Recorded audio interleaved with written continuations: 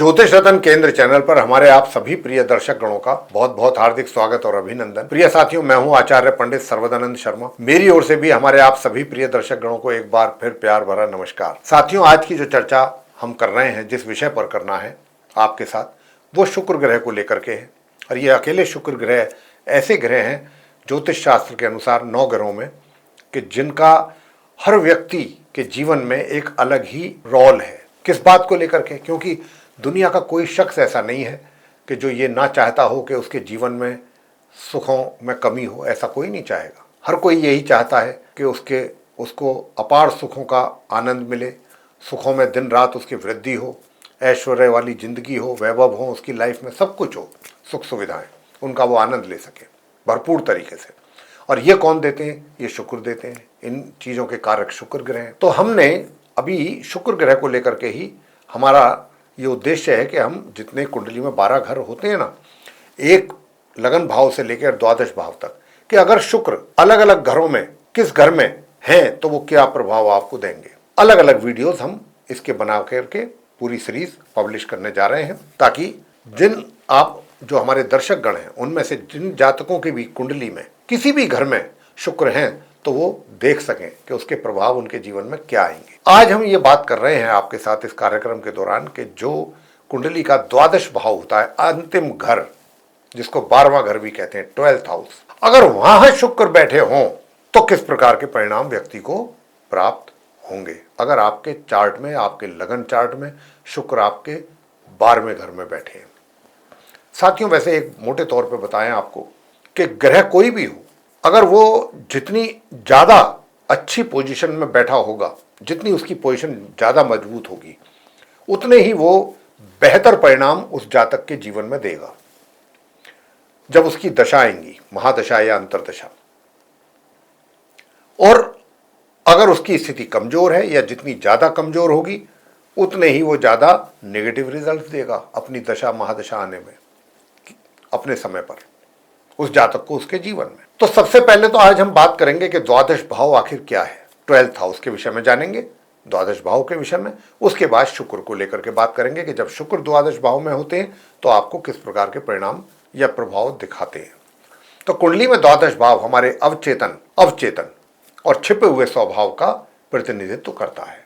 वैदिक ज्योतिष में जो ये भाव है, व्यास भाव के रूप में भी जाना जाता है। यह हानि, मुक्ति, अलगाव और कमी का घर है। महत्वाकांक्षा और वृद्धि के घर के बाद 12वां घर आता है। यह घर दुख, बर्बादी, खर्च, दैवीय ज्ञान, सहानुभूति, मोक्ष, अंतिम मुक्ति और मृत्यु के बाद के जीवन को नियंत्रित करता है। यह घर आपको विभिन्न तरीकों से खर्च कराता है। बच्चों की शादी हो या शिक्षा के लिए बीमा पॉलिसी आप लेते हैं। घर मीन ऊर्जा से मेल खाता हो, क्योंकि यहाँ 12वीं राशि आती है देश काल की कुंडली के हिसाब से। मीन राशि के स्वामी ग्रह बृहस्पति हैं, तो यहाँ पर मीन राशि पर क्योंकि नियंत्रण होता है गुरु बृहस्पति का, तो उन्हीं की ये राशि भी है, तो उसी से इसका मेल ऊर्जा मेल खाता है, इस भाव का, इस घर का, इस हाउस का, जो कल्पना, अंतर्ज्ञान और अलगाव की विशेषता माना गया है। 12वें घर को एक अनदेखा क्षेत्र भी मानते हैं, जो सपनों, भावनाओं और रहस्यों जैसे भौतिक रूपों के बिना मौजूद है। द्वादश भाव भी मन और अन्य दुर्भाग्यपूर्ण मामलों के गुप्त शौचालय को नियंत्रित करता है। यह डर, चिंता, गलतफहमियां, संदेह, हीन भावना और अन्य से चीजों से भी जुड़ा हुआ है। एकांत, रहस्य, मौन, कष्ट और स्वयं को पूर्ववत करना इस घर का अहम हिस्सा है। साथियों, जब भी ग्रह इस द्वादश भाव में 12वें घर में गोचर करते हैं आसमान में, तो हम कर्मशील लोगों को अपने जीवन में आकर्षित करते हैं। लेकिन इस दौरान हमें यह भी याद रखना होगा कि सभी रिश्ते टिकने के लिए नहीं हुआ करते। खैर, आखिरी कुंडली का आखिरी घर है ये, उसके होने के नाते 12वां घर भी मोक्ष से भी संबंधित है, जिसका अर्थ है जन्म और मृत्यु के चक्र से अंतिम मुक्ति। यह परम शांति और शांति के लिए दरवाजे खोलता है ये घर। यह आध्यात्मिकता के महत्व को स्वीकार करने के विषय में है। 12वां घर भी किसी के जीवन की परिणति का अर्थ है, क्योंकि यह अंत के पास है और अगले जन्म में एक बेहतर जीवन प्राप्त करने के अपने उद्देश्यों को पूरा करने का भी प्रयास करता है।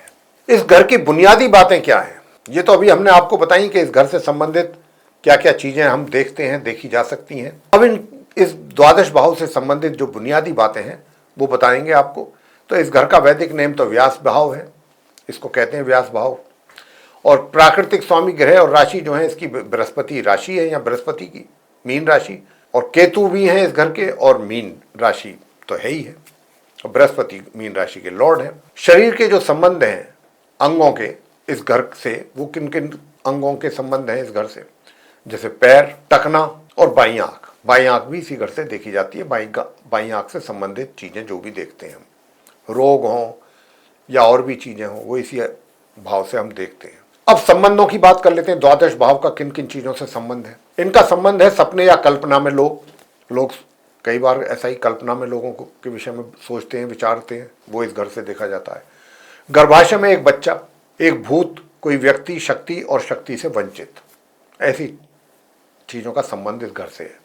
द्वादश भाव की जो गतिविधियां क्या है, जो हैं वो क्या है, जैसे कि ध्यान, सपने देखना, मैंने अभी जिक्र किया है सपनों का, सोना, नींद, निद्रा, कल्पना करना, इमेजिनेशन, टीवी देखना, ड्रग्स लेना साथियों, दुख या शांति से अलगाव, किसी विदेशी या विदेश की यात्रा करना। साथियों अब आपको बताएंगे कि जब शुक्र यहाँ पर अच्छी और मजबूत स्थिति में होते हैं, शुभ स्थिति में होते हैं, शुभ ग्रहों के प्रभाव में होते हैं, तो किस प्रकार के प्रभाव उनके द्वारा जीवन में व्यक्ति के देखे जा सकते हैं। देखिए, शुक्र यहाँ पर होने से आप वैभव युक्त और तेजस्वी रहेंगे। अगर शुक्र यहाँ अच्छी पोजीशन में है, आप गुणवान लोगों का आदर करेंगे और श्रेष्ठ कर्म करने वाले व्यक्ति होंगे। आप गुणवान लोग भी आपकी कदर करेंगे। आपको जीवन में धन संपत्ति का अभाव देखने को कभी नहीं मिलेगा।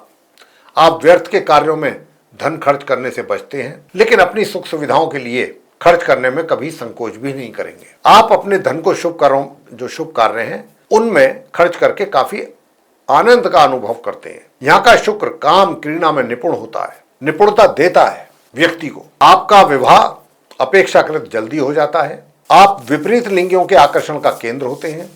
जो विपरीत लिंग के व्यक्ति होते हैं उनके वो आपकी ओर आकर्षित होते हैं, और आप अपने आचरण से सबको प्रसन्न रखने की करते हैं कोशिश, और बहुत हद तक कामयाब भी रहते हैं इसमें। आपके मित्रों की संख्या भी बहुत अधिक होती है, ऐसे लोगों की जिनके शुक्र अच्छी स्थिति में द्वादश भाव में बैठे हो। अब बताएंगे आपको कि शुक्र जब द्वादश भाव में 12th हाउस में अशुभ स्थिति में हो, कमजोर स्थिति में हो, अस्त हो, अशुभ ग्रहों के प्रभाव में हो, तो किस प्रकार के नकारात्मक प्रभाव देखने में आते हैं उस व्यक्ति के जातक के अपने जीवन में। अगर आपके भी कुंडली में शुक्र कमजोर स्थिति में है तो आप बहुत ध्यान से सुनिए जो हम बता रहे हैं आपको। ऐसे व्यक्तियों को शुक्र जो है कामुक बना देते हैं काफी, और उनकी अवस्था बढ़ने के साथ साथ मोटापा भी हावी हो जाता है, मोटापा बढ़ने लगता है। कभी कभी व्यर्थ के कार्यों में भी आप बड़ा खर्च कर देते हैं।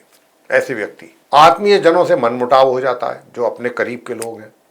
विरोधियों के कपट को ना समझते हुए, जो विरोधी हैं आपके साथ जो छल कपट कर रहे हैं उसको ना समझते हुए आप उनसे आत्मीयता रखते हैं, पूर्ण रूप से उन्हें अपना मानते हैं, और वो आपके साथ छल कपट कर रहे होते हैं। आप पत्नी की बेकदरी करते हैं, ऐसे जातक, या विवाहेतर संबंधों में रुचि हो सकती है, किसी और एक्स्ट्रा मैरिटल अफेयर्स की भी संभावना बन जाती है। अब जब 12वें घर में शुक्र वक्री स्थिति में हो, उल्टी चाल चल रहे हो, उल्टी चाल हो, उनकी वक्री स्थिति हो, तो किस प्रकार के प्रभाव देंगे जातक को। 12वें भाव में शुक्र का वक्री होना आपको अपने विषय में सोचने पर मजबूर करता है, अपने विषय में, जिससे सोचने के नए तरीके आप इजाद करते हैं। हालांकि इस प्रक्रिया में कड़ी मेहनत और अपार शक्ति की भी आवश्यकता होगी, लेकिन यह निश्चित रूप से सोचने के कुछ नए तरीके और पारस्परिक संबंधों को भी ये जन्म देता है। हालांकि कभी कभी आप परिस्थितियों पर निर्भर नहीं रह सकते हैं, क्योंकि जो चमकता है वो हमेशा सोना नहीं हुआ करता। इसीलिए किसी भी स्थिति से निपटने से पहले आपको सावधानी जरूरी है बरतना। अब अगर द्वादश भाव में शुक्र कंबस्ट पोजीशन में अस्त स्थिति में है, अस्त हो गए, अस्त होकर के बैठे हैं जातक के कुंडली में, तो किस प्रकार के प्रभाव देखने में आएंगे उस जातक को अपने जीवन में। शुक्र की दशा महादशा आएंगी। 12वें भाव में शुक्र का अस्त होना आपको जीवन का आनंद लेने से पूरी तरह से रोकता है, उसमें कमियां करता है, और आप हमेशा नकारात्मक भावनाओं से घिरे रहते हैं। आप कानूनी पचड़ों में भी पड़ सकते हैं, अपने कृत्य के लिए दंडित भी हो सकते हैं। इसके कारण आपके जीवन साथी से आपका अलगाव, सेपरेशन भी संभव है, लेकिन यह ग्रह की निकटता पर निर्भर करेगा। तो साथियों, आज हमने आपको बताया कि द्वादश भाव में शुक्र के होने पर जब शुभ स्थिति में होते हैं, अच्छी मजबूत स्थिति में होते हैं, तो वो जातक को किस प्रकार के प्रभाव देते हैं, और जब उनकी अशुभ स्थिति होती है, कमजोर होती है, अस्तव्यस्ता होती है या वक्री स्थिति होती है, तब जातक को किस प्रकार के प्रभाव वो देते हैं।